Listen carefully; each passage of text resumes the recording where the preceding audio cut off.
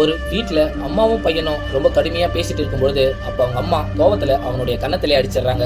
இதனால கோபமான அந்த சின்ன பையன் கோவத்தில் இதுக்கப்புறம் நான் இந்த வீட்டுக்கே வரமாட்டேன் அப்படின்னு கோச்சிக்கிட்டு வீட்டை விட்டு வெளியே போகிறான். அவனும் கண் கலங்கிக்கிட்டே சோகமாக நடந்து வர்றப்ப ஒரு பிச்சைக்காரர் அவனை கூப்பிட்டு ஏன்பா என்னாச்சுன்னு கேட்குறாரு. அதுக்கு அவனும் எங்கள் அம்மா என்னை அடிச்சிட்டாங்க, அதான் கோவத்தில் இதுக்கப்புறம் நான் வீட்டுக்கே வரமாட்டேன் அப்படின்னு சொல்லிட்டு வந்துட்டேன் அப்படின்னு சொல்கிறான். இவன் சொல்கிறத கேட்டு அந்த பிச்சைக்காரர் சிரிக்கிறாரு. இப்போ எதுக்காக நீங்கள் சிரிக்கிறீங்க அப்படின்னு அந்த சின்ன பையன் கேட்குறான்.